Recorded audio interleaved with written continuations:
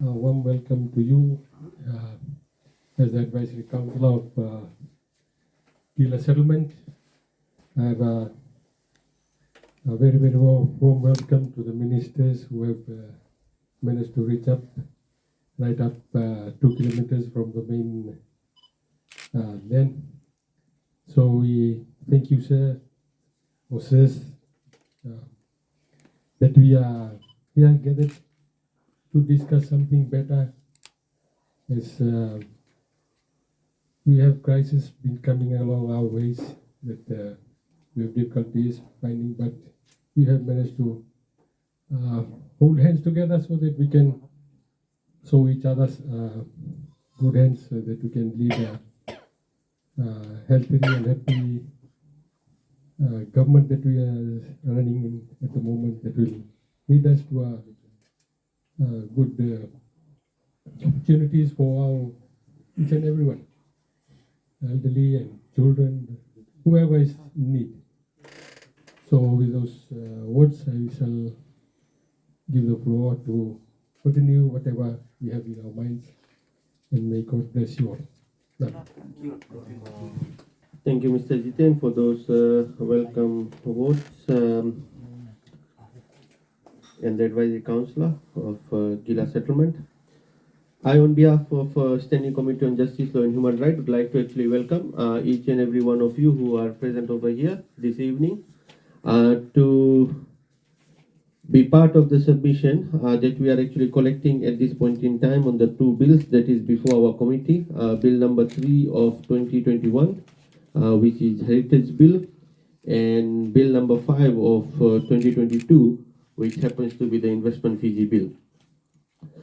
Before we actually proceed on to the bill itself, just like to actually introduce my members over here.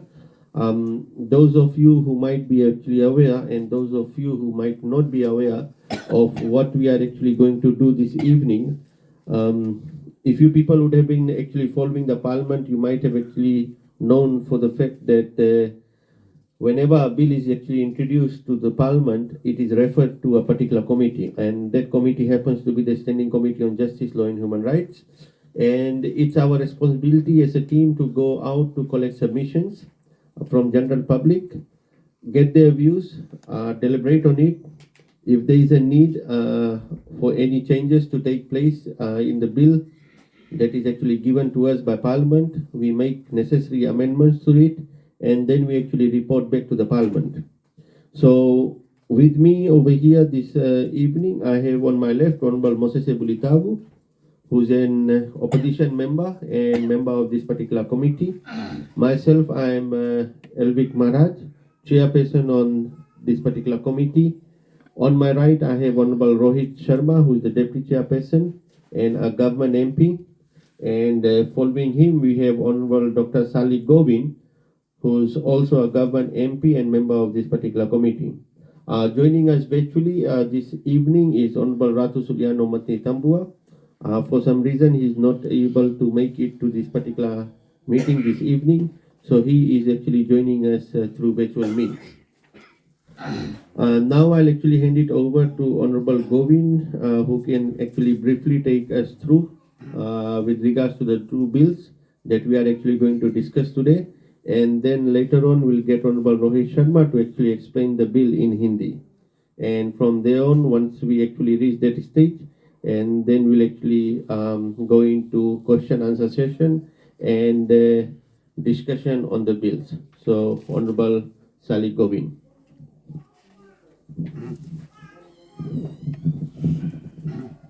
Thank you, Honorable Chair and members of the Justice, Law and Human Rights Committee, the Advisory Council of Qila Settlement, all the distinguished members. It's a great pleasure this evening to be here in Qila. I think it is a history, because for the first time a parliamentary standing committee is in your community. In fact, it means that the Parliament of Fiji is here in Qila, close to your home, to discuss some very important issues, which we'll explain shortly. So I would like to thank you very much for giving your very valuable time and coming here in such large numbers. So thank you very much. First of all, I'd like to apologize. I'm not the chair of the committee, as Honorable Alvik Maharaj is the chair, but I'm sitting on that chair this evening. And the reason I'm sitting on that chair is because of my leg. Little bit of pain there, so I'm just finding myself more comfortable here. So here this evening, we have come with a very special purpose to have discussion on two important bills. Before law is made on any subject, a bill is drafted, and that is called a bill. But once the bill is turned into a law, it is called an act. So the Parliament of Fiji, a couple of months ago, gave to the Standing Committee on Justice and Law a bill which is called the Heritage Bill of 2021, Bill number 3. And our responsibility as the Justice, Law, Human Rights Committee is to take this bill to the public and get public submission, public to consider and see what they would like to be included in the bill. Whether the bill as drafted is okay, or they would like to have some changes into the bill. So this evening we have two bills. One is the Heritage Bill of 2021, and the other one is Investment Fiji Bill of 2022, Bill number 5. So what I'll do is, first of all, I will very briefly, because I think a lot of you, in fact all of you here, understand Hindi very well. So later on we will request Honorable Rohit Sharma. I think he's also from Qila, Taveuni, I am told. And he will speak your language. So he will explain to you in Hindi about these two bills. But very briefly, let me tell you that the Heritage Bill has some very specific objectives. And the first objective of Heritage Bill is to provide for the recognition and management of places having potential and actual old heritage values.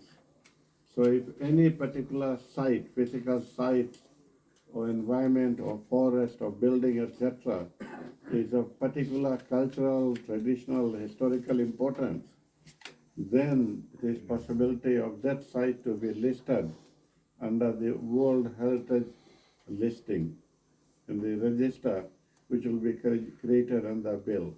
And then a management committee will be formed at the local site to manage that site so that the site remains in its original form. And that becomes a historic site, and it will attract a lot of people to come and visit those sites. And currently in Fiji, only one site is listed on the World Heritage listing, and that is our old city, old town of Levuka. The town of Levuka is on the World Heritage site.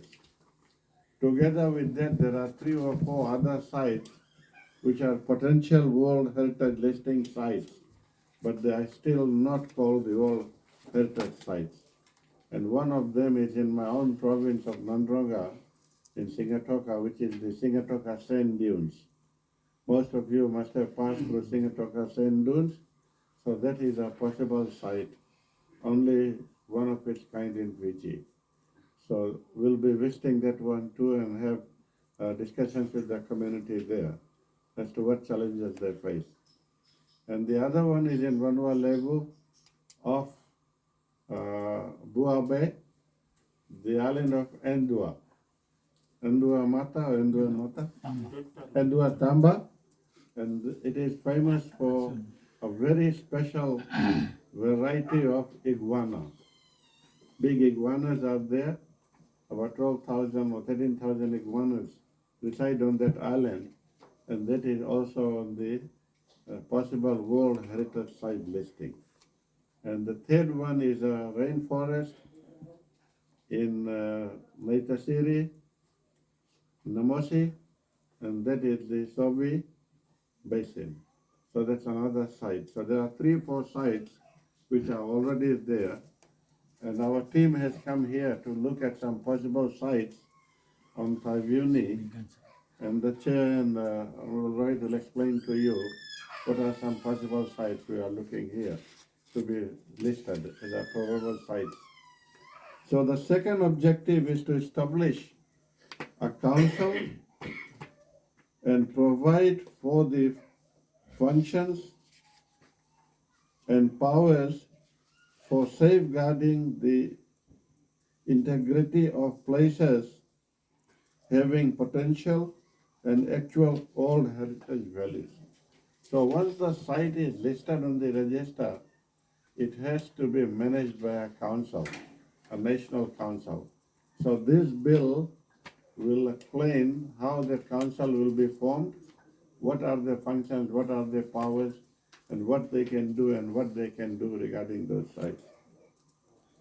And the third one is establish, monitor, and manage the Fiji register. So there will be a register, anyone can have access, and anyone can apply for a site to be registered on that register. And we are very pleased that today we have the Director of Heritage from the Ministry of Education, Culture and Heritage here with us, and he will also be able to explain to you if you have any questions regarding how a site can be registered there. And then the other objective is provide for individual operating trust funds for places on the Fiji register. So if there is a site listed, the management committee, local management committee needs to generate funds. So a trust account will be created and funds will be deposited and managed so that the management committee can utilize that funds for improvement of the site.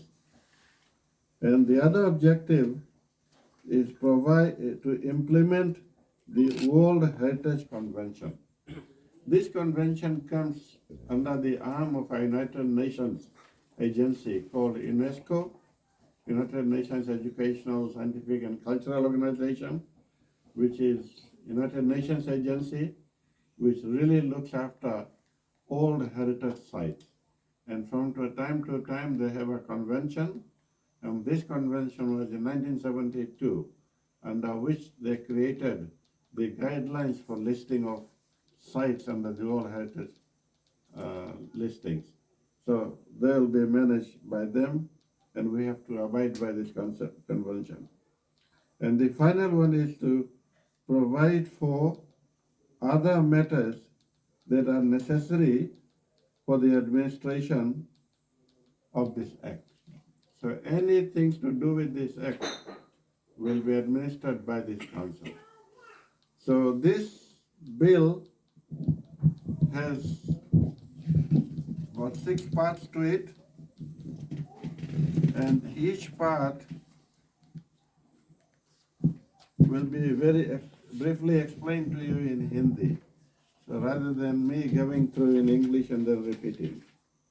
So that is about the World Heritage listing and council, etc. This bill we're going to discuss with you, and you will be free to ask questions, raise comments, and make suggestions regarding the Heritage Bill. Now the second bill. Second bill is a very important bill, and this is called the Investment Fiji Bill number 2022. Last year there was an act which was passed by Parliament, which was called the Investment Act of Fiji. And that act was passed because Fiji needs economic growth. We need potential investors to come into Fiji and invest their money so that jobs are created, our economy grows, so that all social services can be provided to you, such as health, education, water, sanitation, roads. If we don't have money, there can be no development. So the Investment Fiji Bill deals with how to promote Fiji's economy abroad and domestically. So this is a small bill. This bill's main objective is to set up a Fiji Investments board. Like the Heritage Council, the investment board will be responsible to implement the Investment Act and mostly promote Fiji abroad and locally to bring in more investors into Fiji so that our economy can grow.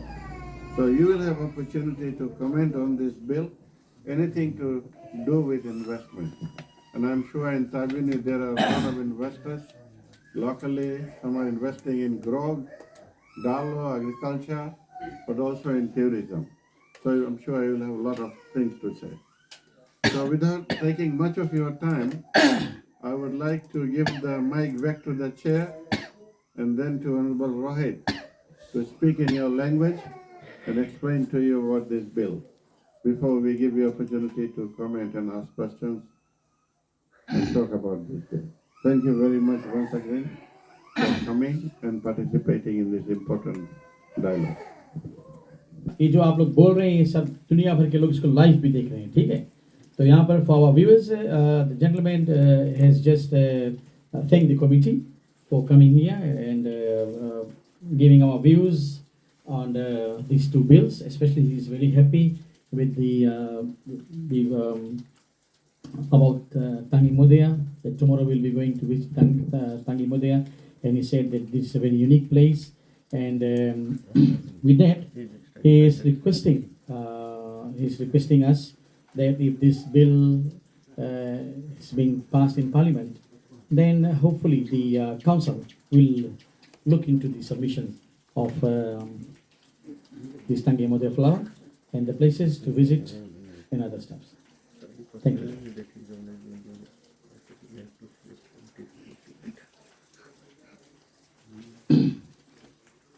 For our viewers, gentleman has just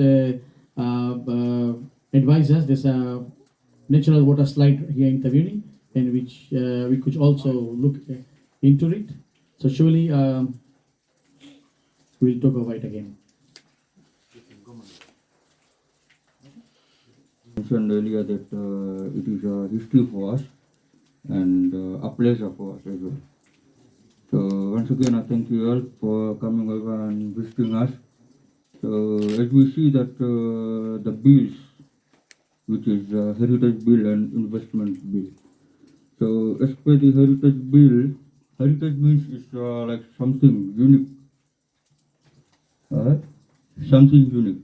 So as we see, as mentioned by Mr. Honorable Sharma, that Tangi Modea is recognized all over the world. Tangi Modea flower cannot be found anywhere except Taveuni. So if we see this thing, then I think the committee should have taken action way before to recognize Tangi Modea as a heritage site, because it has been there for so many years. But it's a really good thing that it has come into place now, and we feel very pleased that Taveuni will be recognized because of Tangi Modea. And obviously this will increase the attraction for tourism and generate income for Taveuni. And vehicle hires and resorts will be busy because people will be coming over to see Tangi Modea. And we are pleased to be having you guys here, and we hope that Tangi Modea will be recognized in the World Heritage of Fiji. Thank you. आपका नाम? Janendra Prasad. Prior, just for the information of everyone present over here, the committee doesn't decide which particular site is supposed to be a potential World Heritage Site or which particular site is going to be the listed as a World Heritage Site.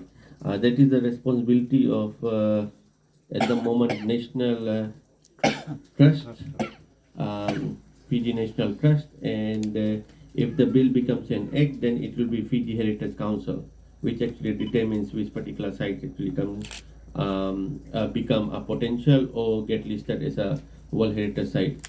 As far as the committee is concerned, we are actually responsible to report back to the Parliament on the bill itself if there is any actually amendment.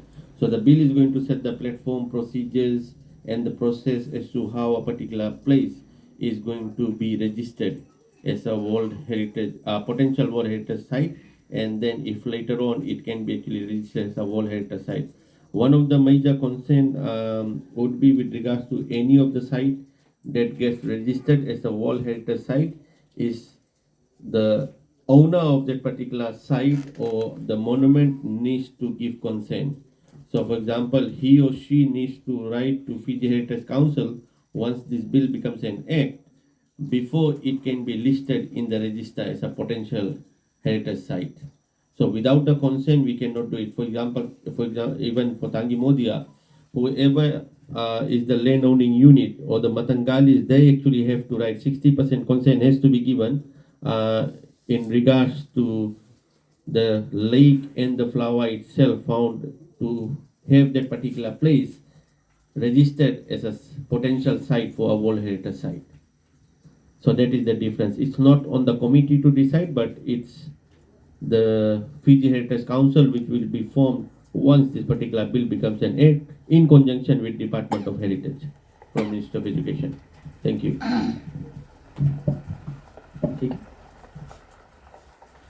My audit in 2016 for the Department of National Heritage while I was in Suva working for Parkers. I just got to know that there's a National Heritage site in Taveuni which is called Boma Waterfall. Correct me if I'm wrong. Boma Waterfall. It has been recognized as one of the national.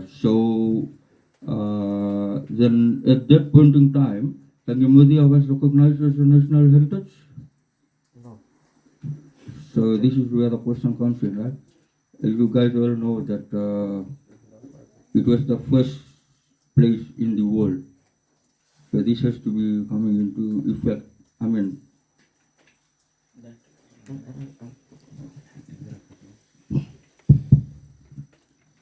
thank you for that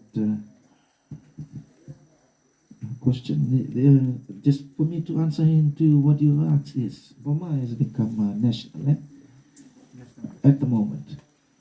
Tanimodia, nobody has given a submission, just like what Chair said. But when this bill becomes an act, it will give way for us to follow that process. So it has to come from, it's not for us to go and say, it has to come from the landowners and those, they have to write. So when this bill becomes an act, then it will come to the council. Then the other process follows when it's going to become, we'll have to say. Thank you. Once this bill, it will create all those like questions you're asking, and it will create all those gaps and make a way forward. Thank you. Thank you. आज हम लोग It has been mentioned. So who gonna approach the landowners? We have to approach the government for their approval.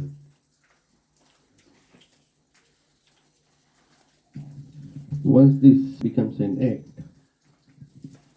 there will be a lot of advocacy programs on the Heritage Act itself. So everybody is going to be informed what the bill is all about, the process, the procedures as to how a particular place can be listed as a national or a World Heritage site. So once it's an act, right, advocacy will be done. We will try to advocate people on the bill, on the act itself, and then it has to be done by the landowning unit. For even for Tangi Modia, it will be done. The initiative needs to be coming from the landowning unit. It's not that the government will actually come and try to actually initiate that particular process. The convention actually is such that the landowning units or whoever the owner is of that particular place or that particular monument needs to actually approach or write to Fiji Heritage Council to start and initiate the process. ठीक है